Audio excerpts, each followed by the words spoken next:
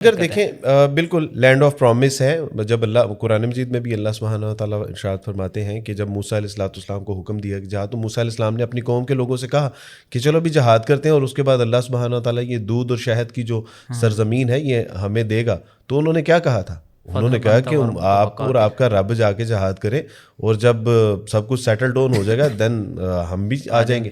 تو یہ ان لوگوں کے لیے تو نہیں تھا کہ جو بغاوت کرنے والے تھے، جو قتل و غارت کرنے والے، سازشیں کرنے والے، ان کے لیے تو نہیں تھا.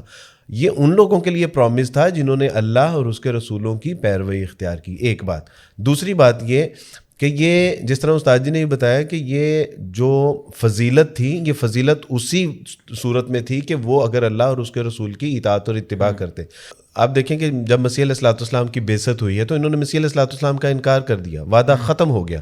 اس کے بعد پھر اللہ سبحانہ و تعالیٰ نے ان کو موقع دیا کہ نبی کریم صلی اللہ علیہ وسلم کی یعنی بعثت ہوتی ہے، اور باقاعدہ طور پہ تمثیل میں آتا ہے. مسیح علیہ السلام نے فرمایا کہ ایک باغ لگانے والے نے باغ لگایا، اس کا ٹھیکہ جو ہے وہ کسی کو دیا، اور جب وہ وقت پہ پھل کے لیے مزدوروں کو بھیجا تو مزدوروں کو مار بگایا انہوں نے. اس کے بعد تگڑے مزدوروں کو بھیجا، ان کو انہوں نے قتل کر دیا. پھر اس نے اپنا بیٹا بھیجا اور انہوں نے بیٹے کو یہ سمجھ کے قتل کر دیا کہ نہ بیٹا رہے گا اور نہ جو ہے وہ پوچھ گچھ ہوگی.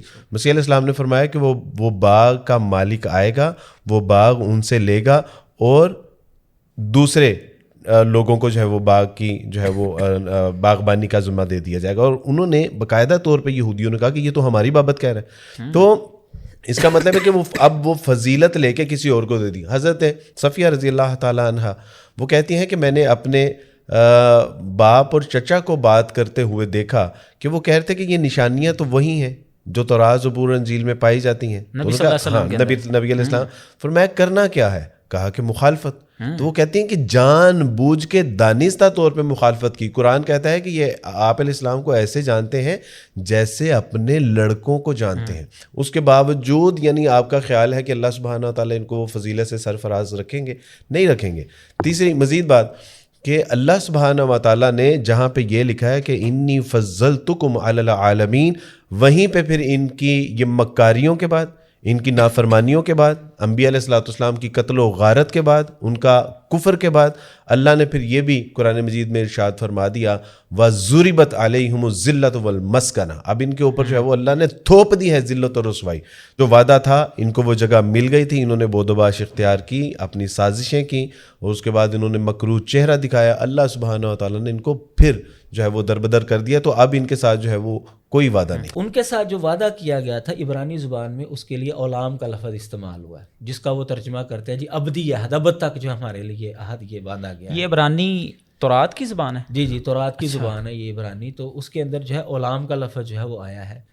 تو جب کہ ہم سٹرانگ کی ڈکشنری دیکھتے ہیں تو وہاں پر بھی اولام کا ترجمہ جو ہے یعنی جو عبرانی کی ڈکشنری لکھی گئی ہے اس کے اندر بھی اولام کا ترجمہ یہ نہیں ہے کہ ہمیشہ ہمیشہ کے لیے، ایک خاص مدت کے لیے یہ لفظ جو ہے یہ بولا جاتا ہے. لانگ ٹائم، لمبی مدت، طویل المدت. لیکن مدت جو ہے اس کے اندر مدت کا مفہوم پایا جاتا ہے، یہ نہیں کہ بغیر مدت کے ہی جو ہے نا یہ چلتا رہتا ہے معاملہ. اس کے لیے جو ہے یعنی یہاں سے یہ بات بھی اخذ ہوتی ہے کہ یہ تورات کے اندر تحریف جی بالکل یہ تو ان کا مزاج رہا ہے شروع سے. مزاج ان کا قرآن مجید نے اس چیز کو واضح طور پر بیان کیا. سر جی تورات میں زبور میں باقاعدہ طور پہ جو ہے وہ مینشن ہے. صحیح ہے. تو میں مطلب بائبل سے جو ایک دو حوالہ دیتا ہوں جہاں پر یہ دوسرے مقام پر اولام کا لفظ ہے، لیکن وہاں پر ہر بندہ مانتا ہے، یعنی جو بائبل کو نہیں بھی پڑھتا اس کو بھی سمجھ آ جائے گی کہ نہیں یہ خاص مدت کے لیے لفظ آیا ہے. اچھا، مثال کے طور پر میں آپ کے سامنے جو ہے یہ حوالہ رکھتا ہوں. سیموئیل نمبر 1 ہے، باب نمبر 1 اور فقرہ نمبر 22 ہے. حضرت سیموئیل علیہ الصلوۃ والسلام یہ ایک نبی ہوئے ہیں، ان کے حوالے سے یہ واقعہ موجود ہے یہاں پر. سیموئیل نبی جب پیدا ہوئے تو ان کی والدہ سالانہ قربانی چڑھانے کی خاطر نہ گئی، کیونکہ اس نے اپنے خاوند سے کہا جب تک لڑکے کا دودھ چھڑایا نہ جائے میں یہی رہوں گی. یہ ان کے اندر رواج تھا، سالانہ قربانی جو ہے وہ چڑھانے کے لیے ہیکل میں جایا جاتا تھا. تو انہوں نے کہا کہ سیموئیل جو ہے پیدا ہوا ہے تو جب تک اس کا دودھ نہ چھڑایا جائے گا میں نہیں جاؤں گی وہاں پر، اور تب اسے لے کر جاؤں گی تاکہ وہ خداوند کے سامنے حاضر اور پھر ہمیشہ وہیں رہے. اب یہاں پر جو ہمیشہ لفظ لکھا گیا ہے اس کے لیے جو عبرانی میں لفظ آیا ہے وہ ہے اولام.